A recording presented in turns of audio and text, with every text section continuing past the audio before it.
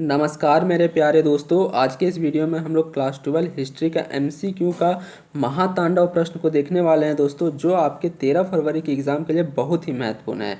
यहाँ से दोस्तों आप लोगों के एग्ज़ाम में बहुत सारे प्रश्न देखने को मिलेंगे। तो दोस्तों वीडियो को बिल्कुल भी स्किप मत कीजिएगा, वीडियो को पूरा अंत तक देखिएगा ताकि दोस्तों आप लोगों का एक भी प्रश्न छूट ना जाए। ठीक है, तो चलिए दोस्तों वीडियो को बिना देर किए हुए स्टार्ट करते हैं। पहला प्रश्न देखिए दोस्तों, आपके स्क्रीन पे है। 1922 में मोहनजोदड़ो की खोज किसने की? ये दोस्तों बहुत ही आसान सा सवाल है और ये आपका रिपीटेड प्रश्न है। तो इसका सही आंसर हो जाएगा राखालदास बनर्जी। ठीक है, ऑप्शन नंबर ए इसका करेक्ट आंसर है। आगे देखिए दूसरा नंबर जो प्रश्न है, इंडिका की रचना किसने की? ये भी दोस्तों बहुत ही महत्वपूर्ण सवाल है और ये आपका रिपीटेड प्रश्न है। ये आपका 2023 में पूछा गया था। तो इसका जो सही आंसर हो जाएगा दोस्तों ऑप्शन नंबर बी। ठीक है, मैगस्थनीज। इंडिका किसकी रचना है? तो ये आपका मैगस्थनीज की रचना है। और मैगस्थनीज किसके दरबार में आया था? तो ये दोस्तों चंद्रगुप्त मौर्य के दरबार में आया था। ठीक है, ये भी आपको याद रखना है।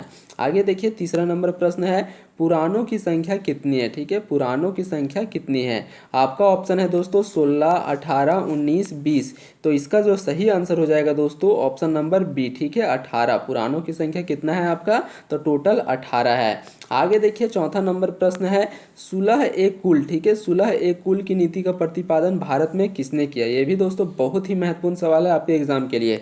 तो इसका जो सही आंसर हो जाएगा दोस्तों ऑप्शन नंबर बी। ठीक है, ऑप्शन नंबर बी यहाँ पे आपका बिल्कुल सही आंसर है, अकबर।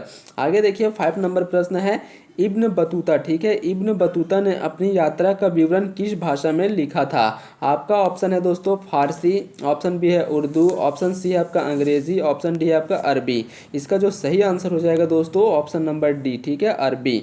आगे देखिए 6 नंबर प्रश्न है, दामिन ए कोह क्या था? ये भी दोस्तों बहुत ही महत्वपूर्ण सवाल है आपके एग्जाम के लिए। ये आपका रिपीटेड प्रश्न है। ठीक है, ये आपका 2024 में 100% पूछा जाएगा क्योंकि ये सवाल आपका हर साल पूछा जाता है। तो इसका जो सही आंसर हो जाएगा ऑप्शन नंबर ए। ठीक है, भूभाग। दामिन ए कोह क्या है?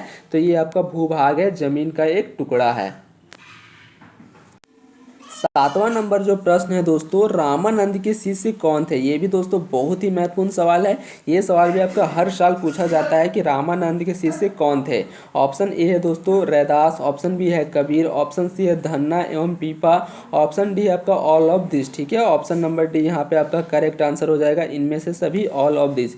आपको दोस्तों कहीं भी, ठीक है, आपको कहीं भी अगर ऑल ऑफ दिस दिखे, अगर ऑप्शन में दोस्तों अगर आपका ऑल ऑफ दिस दिखे तो ये आपका 99.9% दोस्तों चांस रहता है कि यही आंसर होता है, ऑल ऑफ दिस। ठीक है, तो आपको जिस भी ऑप्शन में ऑल ऑफ दिस दिखे तो लगभग दोस्तों आंसर यही होता है। इसमें इसी में आपको टिक करके आना है। ठीक है, ज़्यादा चांस आपका यही रहता है, ऑल ऑफ दिस। आगे देखिए दोस्तों 8वां नंबर प्रश्न जो है वो आपके स्क्रीन पे है, मौर्य साम्राज्य की स्थापना किसने की? 8वां नंबर प्रश्न है दोस्तों, मौर्य साम्राज्य की स्थापना किसने की? ये दोस्तों बहुत ही महत्वपूर्ण सवाल है। तो मौर्य साम्राज्य की स्थापना किसने किया था? ये आपका चंद्रगुप्त मौर्य ने किया था। ठीक है, ऑप्शन नंबर 20 का करेक्ट आंसर है।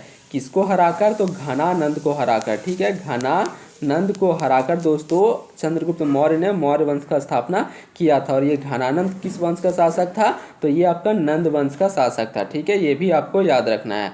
आगे देखिए अगला प्रश्न है, मौर्य साम्राज्य में प्रचलित मुद्रा का नाम क्या था? आपका ऑप्शन है दोस्तों पन, तोल, दिनार, कांकनी। तो इसका जो सही आंसर हो जाएगा दोस्तों ऑप्शन नंबर ए। ठीक है, पन। मौर्य साम्राज्य में जो प्रचलित मुद्रा का नाम था दोस्तों ये आपका पन था। आगे देखिए 10 नंबर प्रश्न है, मुद्रा राक्षस लेखक निम्न में से कौन है? ठीक है, मुद्रा राक्षस जो ग्रंथ है दोस्तों इसके लेखक कौन है? ठीक है, ये आपसे पूछा गया है। ये आपके एग्जाम के लिए बहुत ही महत्वपूर्ण सवाल है दोस्तों, ये आपका हर साल पूछा जाता है। तो इसका जो सही आंसर हो जाएगा ऑप्शन नंबर डी। ठीक है, विशक दत्त। इसका लेखक कौन है दोस्तों? तो विशक दत्त। ठीक है, आगे देखिए 11 नंबर प्रश्न है, निम्नांकित में से कौन मौर्य वंश का शासक नहीं है? इनमें से आपको बताना है दोस्तों कौन सा जो शासक है वो आपका मौर्य वंश का शासक नहीं है। इसके लिए आपको याद रखना होगा कि कौन कौन सा जो है वो मौर्य वंश का शासक है, तभी आप लोग इसका आंसर दे पाएंगे। तो इसमें आप लोगों को बताना है दोस्तों कौन कौन सा जो है वो मौर्य वंश का शासक है। ठीक है, तो यहाँ पे देखिए मौर्य वंश का शासक कौन है? चंद्रगुप्त मौर्य है, बिंदुसार है, अशोक। ये तीनों दोस्तों आपका चंद्रगुप्त मौर्य वंश का शासक है। ठीक है, ये तीनों आपका मौर्य वंश का शासक है। बाकी आपका जो बच गया एक अजातशत्रु, ये आपका मौर्य वंश का शासक नहीं है। ठीक है, ये आपका हर्यक वंश का शासक है। कहाँ का शासक है? हर्यक वंश का शासक है। ठीक है, ये आपको याद रखना है। तो इसका जो सही आंसर हो हो जाएगा आपका ऑप्शन नंबर डी, ठीक है, अजातशत्रु। आगे देखिए 12 नंबर प्रश्न है, चंद्रगुप्त मौर्य ने सेल्यूकस को कब पराजित किया? ये भी दोस्तों बहुत ही महत्वपूर्ण सवाल है, तो इसका सही आंसर हो जाएगा आपका 305 बीसी में, ठीक है, ऑप्शन नंबर बी इसका करेक्ट है। आगे देखिए 13 नंबर प्रश्न है, आम्रवती का स्तूप किस राज्य में स्थित है? ठीक है, आम्रवती का स्तूप किस राज्य में स्थित है, ये आपसे पूछा गया है, तो इसका जो सही आंसर हो जाएगा दोस्तों ऑप्शन नंबर ए, ठीक है, आंध्र प्रदेश में। कहाँ पे है? तो आंध्र प्रदेश में। आगे देखिए नेक्स्ट प्रश्न है, बुद्ध के पूर्व जन्म की कथाएं निम्नलिखित में से किसमें संकलित है? ये भी दोस्तों बहुत ही महत्वपूर्ण सवाल है, तो इसका जो सही आंसर हो जाएगा ऑप्शन नंबर बी, ठीक है, जातक कथा में। ऑप्शन नंबर बी यहाँ पे आपका बिल्कुल सही आंसर है। आगे देखिए 15 नंबर प्रश्न है, भोपाल के किस बेगम ने, ठीक है, भोपाल के किस बेगम ने सांची के स्तूप के संरक्षण में योगदान दिया? आपका ऑप्शन है दोस्तों रोशन आरा, शाहजहां बेगम, सुल्तान जहां बेगम, बी और सी दोनों। तो इसका करेक्ट आंसर हो जाएगा दोस्तों ऑप्शन नंबर डी, ठीक है, बी और सी दोनों, शाहजहां बेगम और सुल्तान जहां बेगम, ठीक है, ये दोनों ने आपका सांची के स्तूप में संरक्षण का योगदान दिया था। आगे देखिए 16 नंबर प्रश्न है, बुद्ध का बचपन का नाम क्या था? ये दोस्तों बहुत ही महत्वपूर्ण सवाल है कि बुद्ध का बचपन का नाम क्या था और महावीर का बचपन का नाम क्या था। यहाँ पे आपसे पूछा गया है कि बुद्ध का बचपन का नाम क्या था, तो इसका सही आंसर हो जाएगा दोस्तों सिद्धार्थ। ऑप्शन नंबर डी इसका करेक्ट आंसर है। आप लोगों को कमेंट में बताना है दोस्तों कि महावीर का बचपन का नाम क्या था, ठीक है, इसका आंसर आप लोगों को कमेंट में बताना है। आगे देखिए 17 नंबर प्रश्न, 17 नंबर प्रश्न है दोस्तों, कलिंग का युद्ध कब हुआ था? ठीक है, कलिंग का युद्ध कब हुआ था? तो ये दोस्तों आपका 261 ईसा पूर्व में हुआ था। किनके बीच? तो अशोक और कलिंग के राजा के बीच, ठीक है, अशोक और कलिंग के राजा के बीच दोस्तों कलिंग का युद्ध हुआ था 261 ईसा पूर्व में। इस युद्ध के बाद दोस्तों अशोक ने आपका जो है त्याग कर दिया था शस्त्रों का, ठीक है, इसके बाद वह युद्ध करना छोड़ दिया था, शस्त्रों का त्याग कर दिया था। आगे देखिए 18 नंबर प्रश्न है आपका, भारत में सर्वप्रथम सोने के सिक्के जारी करने वाला शासक कौन था? ठीक है, भारत में सर्वप्रथम सोने के सिक्के जारी करने वाला शासक कौन था? गुप्त वंश, मौर्य वंश, शुंग वंश, हिंद यूनानी। तो इसका करेक्ट आंसर हो जाएगा फ्रेंड्स ऑप्शन नंबर डी, ठीक है, हिंद यूनानी इसका बिल्कुल सही आंसर है। आगे देखिए 19 नंबर प्रश्न है, मथुरा किसकी राजधानी थी? ये दोस्तों ये आपका प्रश्न 16 महाजनपद से है, ठीक है, आपको टोटल याद कर लेना है 16 महाजनपद को और उसके राजधानी को, क्योंकि वहाँ से आपके एग्जाम में 100% प्रश्न पूछा जाएगा। यहाँ पे देखिए पूछा गया है मथुरा किसकी राजधानी थी, तो ये आपका सूरसेन की राजधानी है, ठीक है, ऑप्शन नंबर ए इसका करेक्ट आंसर है। ये तीनों का आंसर दोस्तों आप लोगों को कमेंट में बताना है, मगध, मल और कंबोज, ठीक है, ये तीनों की राजधानी आप लोगों को कमेंट में बताना है।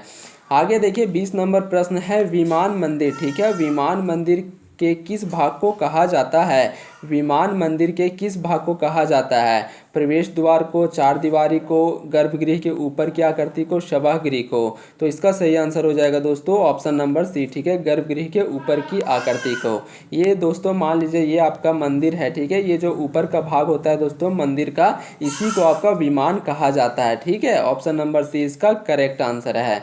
आगे देखिए 21 नंबर प्रश्न है, बौद्ध दर्शन किसमें संकलित है? ठीक है, बौद्ध दर्शन किसमें संकलित है? इसका करेक्ट आंसर हो जाएगा दोस्तों सूत पीटक में, ठीक है, ऑप्शन नंबर ए इसका करेक्ट आंसर है सूत पीटक। आगे देखिए 22 नंबर प्रश्न है, भगवान बुद्ध का जन्म किस देश में हुआ? ठीक है, भगवान बुद्ध का जन्म किस देश में हुआ? आपका ऑप्शन है दोस्तों भारत में हुआ, नेपाल में हुआ, चीन में हुआ या फिर पाकिस्तान में हुआ।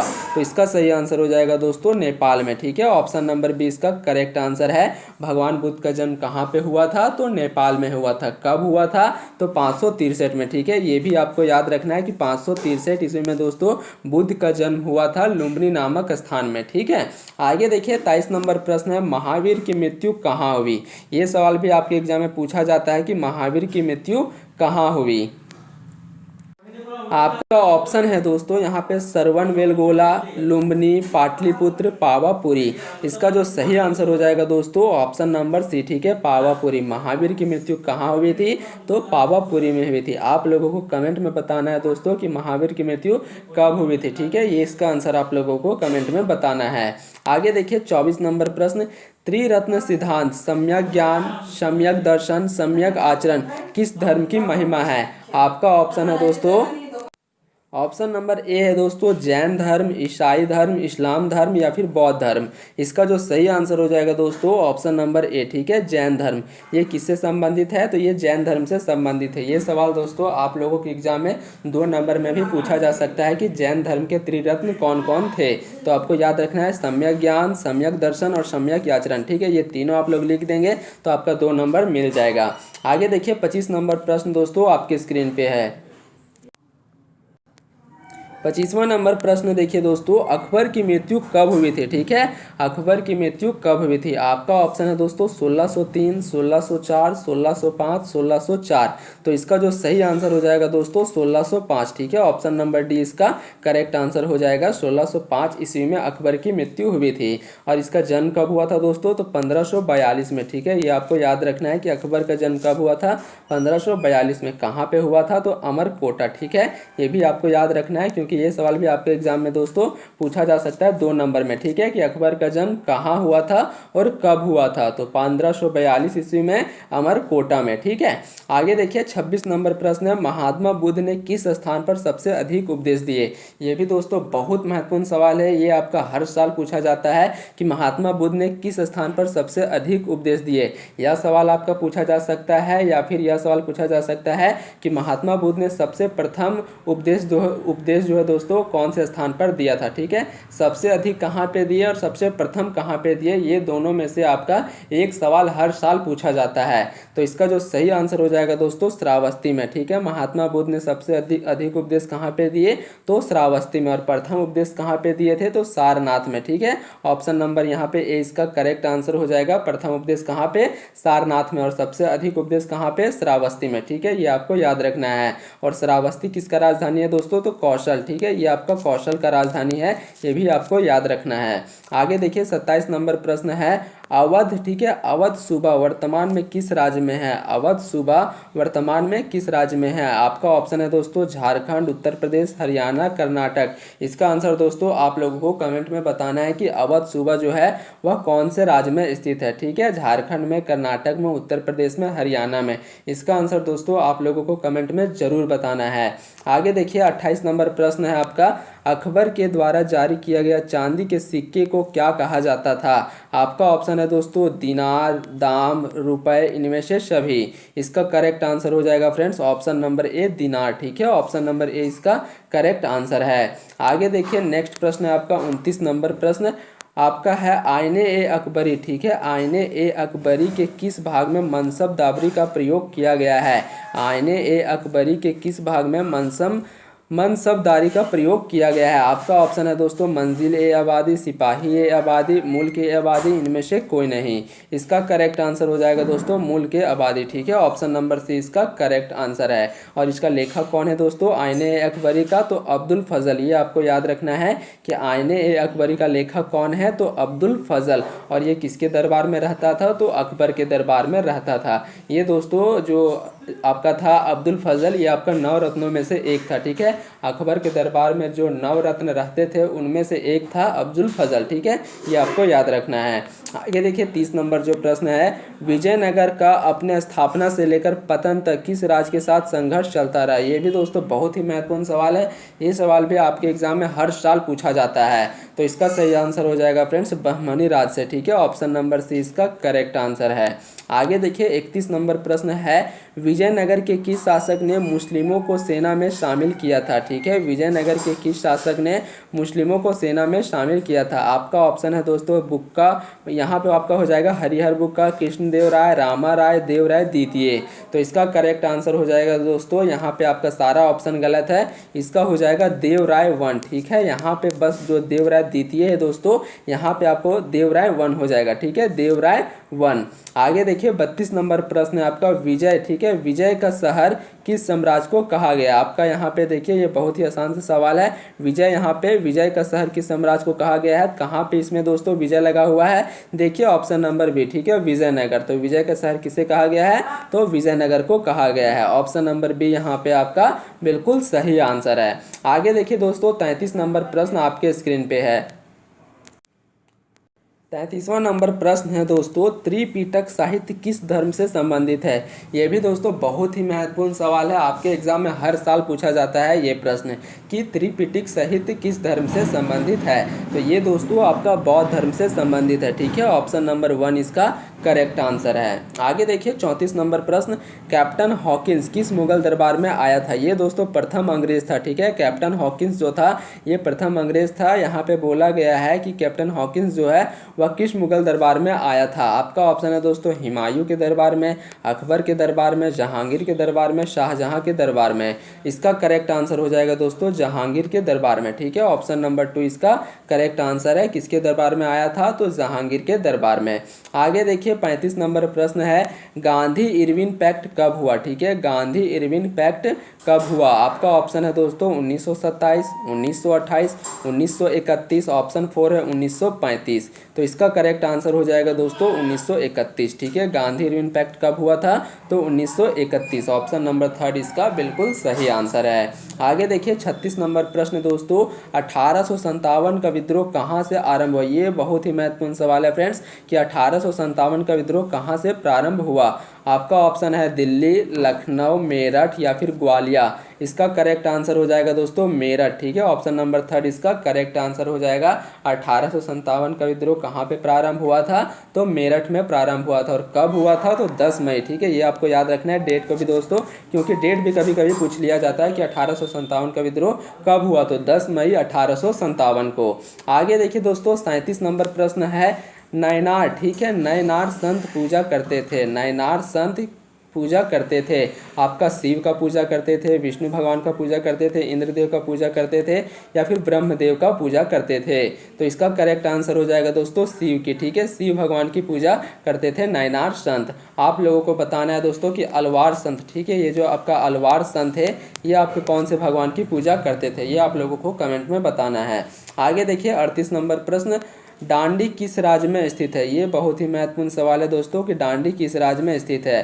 बिहार में स्थित है, गुजरात में स्थित है, उत्तर प्रदेश में या फिर आपका महाराष्ट्र में। तो इसका करेक्ट आंसर हो जाएगा दोस्तों गुजरात में, ठीक है। ऑप्शन नंबर 3 इसका करेक्ट आंसर है। डांडी कौन से राज्य में है, तो ये आपका गुजरात राज्य में है। आगे देखिए 39 नंबर प्रश्न, जजिया किससे लिया जाता था, ठीक है। जजिया किससे लिया जाता था। ऑप्शन है दोस्तों व्यापारियों से, सैनिकों से, बुद्धिजीवियों से, धीमियों से। तो इसका सही आंसर हो जाएगा दोस्तों बुद्धिजीवियों से, ठीक है। ऑप्शन नंबर 3 इसका करेक्ट आंसर है। आगे देखिए 40 नंबर प्रश्न, हाथी गुफा। ये बहुत ही महत्वपूर्ण सवाल है दोस्तों, ये सवाल भी आपका हर साल पूछा जाता है कि हाथी गुफा अभिलेख किससे संबंधित है, ठीक है। आपका ऑप्शन है दोस्तों रुद्रदमन, ऑप्शन 2 है आपका स्कंदगुप्त, ऑप्शन सी आपका विजयसेन, ऑप्शन 4 है आपका खारवेल। इसका जो सही आंसर हो जाएगा दोस्तों खारवेल, ठीक है। ऑप्शन नंबर 4 इसका करेक्ट आंसर है। हाथी गुफा किससे संबंधित है, तो ये आपका राजा खारवेल से संबंधित है।